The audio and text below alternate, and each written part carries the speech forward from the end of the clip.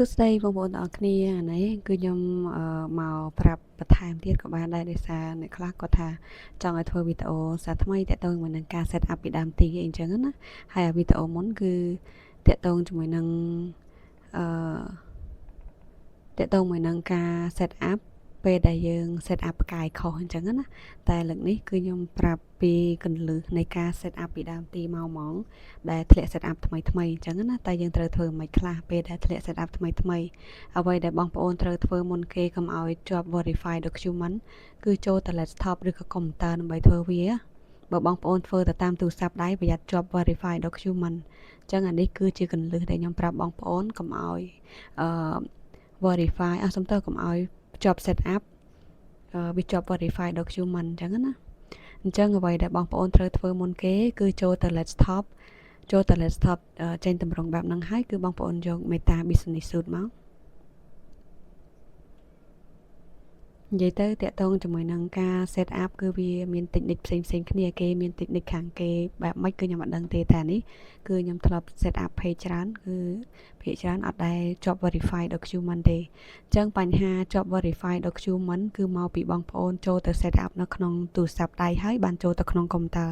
ជាយោបល់របស់ខ្ញុំបងប្អូនគួរតែ set up នៅក្នុង computer ចូលទៅ set up នៅក្នុង computer ហើយគឺចូលទៅ Meta Business Suite មក set up មិនមែនយកចុចប៊ូតុង set up auto ទេណាឧទាហរណ៍ថាបងប្អូនចូលទៅក្នុង page អញ្ចឹងហើយចុចអានេះបន្ទាប់មកយកអានេះយក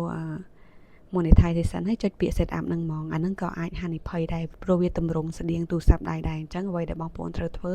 គឺចូលទៅ Meta Business Suite ចូលទៅ Meta Business Suite នេះកុំឲ្យវាជាប់ verify document ហើយតាក់ទងជាមួយនឹងកាតបើសិនជាកាត PayPal បើសិនជាកាត PayPal ឬក៏ Payoneer ទើបតែធ្វើបងប្អូនគួរតែបងប្អូនគួរតែទុកវា14ថ្ងៃឬក៏កន្លះខែសិនចាំចូលទៅ set up បើសិនជាកាតធ្វើភ្លាមបានតែមួយអាទិត្យឬក៏បានតែ5ថ្ងៃទេវាអាចជាប់ verify document ដែរអញ្ចឹងណាបងប្អូនអញ្ចឹងសង្ឃឹមថាបងប្អូនយល់បញ្ជាក់បងប្អូនអ្វីដែលមានបញ្ហា verify document ទី1គឺ account admin របស់យើងនេះ account admin របស់យើងហ្នឹងគឺវាតិចថ្ងៃពេកឧទាហរណ៍បងប្អូនបង្កើតភ្លាមយកទៅ verify យកទៅ set up ភ្លាមអញ្ចឹងណាអញ្ចឹងវាអាចនឹងមានបញ្ហាដែរហើយមួយទៀតតកតងមួយនឹងការរៀបចំ page យើងអត់ទាន់ត្រឹមត្រូវល្អរៀបចំវាឲ្យស្អាតសិនហើយចាំយើង set up ក៏បានដែរអញ្ចឹងណាហើយមុននឹង set up ចំណុចមួយទៀតគឺរៀបចំ admin យើងឲ្យសុវត្ថិភាពជាងមុនហើយឲ្យរឹងមាំជាងមុនឲ្យល្អជាងមុនហើយកុំលុប profile កាលណាដែលលុប profile ក៏អាចនឹងមានបញ្ហាដែរអញ្ចឹង admin យើងត្រូវតែអត់លុប profile ទេអញ្ចឹងណាសង្ឃឹមថាបងប្អូនយល់កន្លែងហ្នឹងឥឡូវពេលដែលយើងចូលកន្លែងMeta Business Suite ហើយវាចេញ monetization ហ្នឹងយើងចុចយកពាក្យ monetization ហ្នឹងហើយគឺវាចេញតម្រង់បែបនេះអ្វីដែលបងប្អូនត្រូវធ្វើគឺយក get start នេះអូខេអញ្ចឹងកន្លែងនេះគឺបងប្អូនឃើញមាន2តម្រង់នេះអ្វីដែលយើងគួរជ្រើសរើសទី1គឺយកអាទី1នេះហើយបន្ទាប់មកបងប្អូនអូសឡើងទៅលើរហូតមក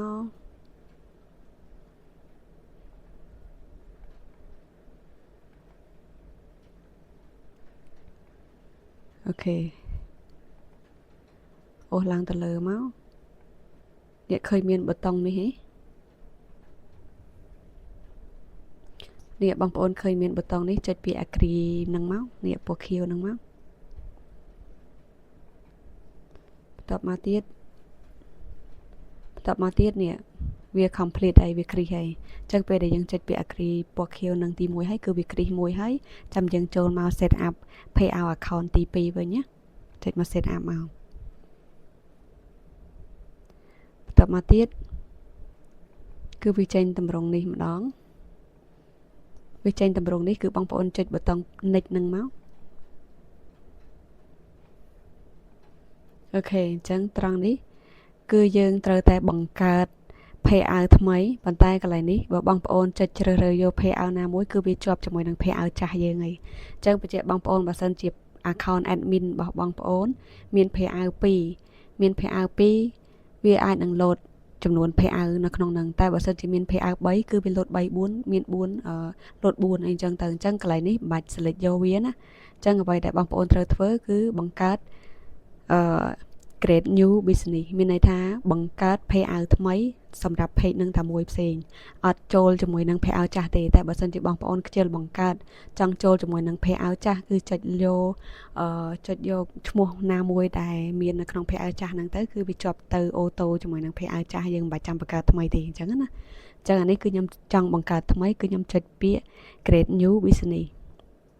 បន្ទាប់មកគឺខ្ញុំត្រូវបង្កើតថ្មី full ទាំងអស់ហ្មងគឺត្រូវបង្កើតថ្មីទាំងអស់ហ្មងអញ្ចឹងណាមិនថាឈ្មោះមិនថាអត្តញ្ញាណប័ណ្ណលេខមិនថាទីតាំងអីអញ្ចឹងណាគឺត្រូវបង្កើតទៅតាមកាតដែលខ្ញុំមានអញ្ចឹងកាតរបស់ខ្ញុំគឺខ្ញុំប្រើ PNR គឺខ្ញុំត្រូវដាក់កាត PNR របស់ខ្ញុំអញ្ចឹងណា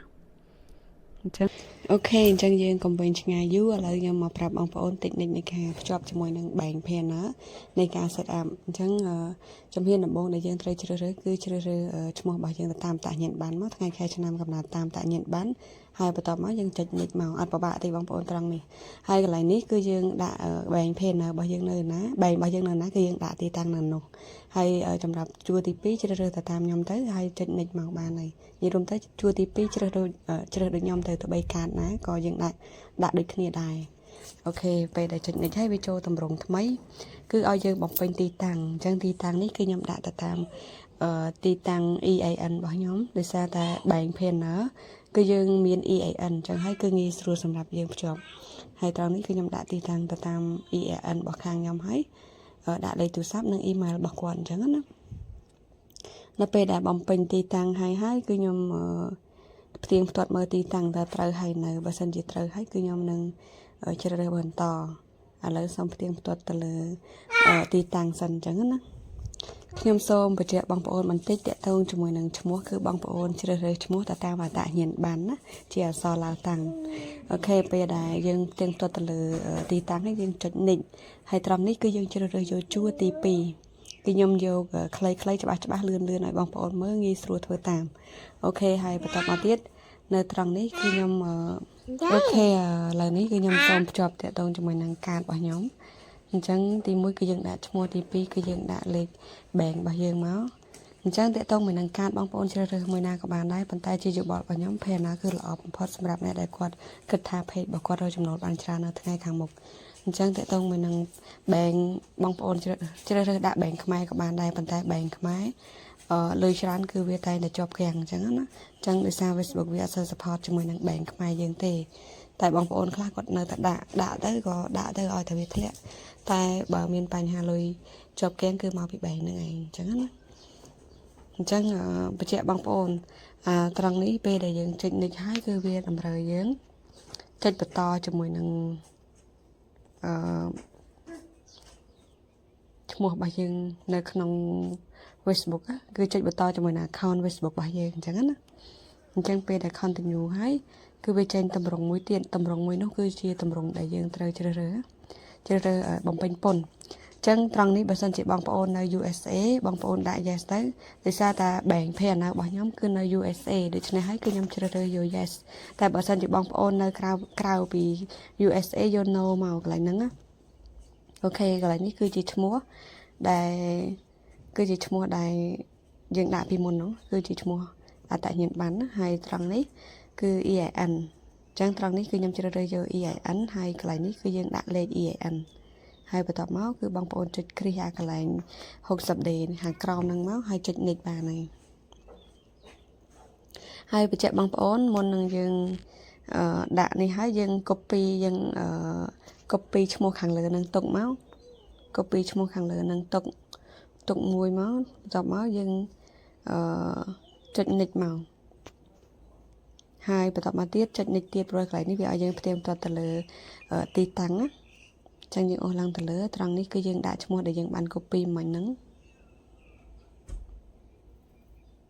អូខេតនេះវាឲ្យយើងសរសេរវាអត់ឲ្យយើង copy ទេយើងលុបអក្សរណាមួយហើយយើងសរសេរចូលមួយទៅបានហើយបន្តមកយើងចុច next អូខេយើងផ្ទៀងផ្ទាត់ទៅលើឈ្មោះនិងអាស័យដ្ឋានរួចយើង confirm submit មកហើយបញ្ជាក់បងប្អូនតាក់ទងមួយនឹងការធ្វើមួយខ្ញុំគឺអត់មានជាប់ verify document នេះព្រោះយើងមានរបៀបធ្វើវាអញ្ចឹងណាអញ្ចឹងត្រង់នេះគឺវាចេញបំពេញវាបញ្ជាក់ឲ្យយើងថាទីតាំងត្រូវហើយ បើអូខេហើយយើងចុចដានមកត្រង់នេះយើងព្រៀងផ្ទាត់មើលបន្ថែមណាអូខេយើងចុចដានហើយនៅពេលដែលចុចដានហើយយើងមើលកន្លែងតម្រង់នេះវាចេញឲ្យយើងបំពេញទៀតអញ្ចឹងណានេះអូខេចឹងមានន័យថាត្រង់នេះគឺវាបាត់ហើយគឺអត់មានឲ្យយើងបំពេញអីទៀតទេអញ្ចឹងឥឡូវនេះគឺខ្ញុំធ្វើហើយអរគុណបងប្អូនមានចម្ងល់អីអាចឆាតសួរខ្ញុំបានគ្រប់ពេលបើសិនជាមើលអត់ទាន់ណាអរគុណបងប្អូនទាំងអស់គ្នា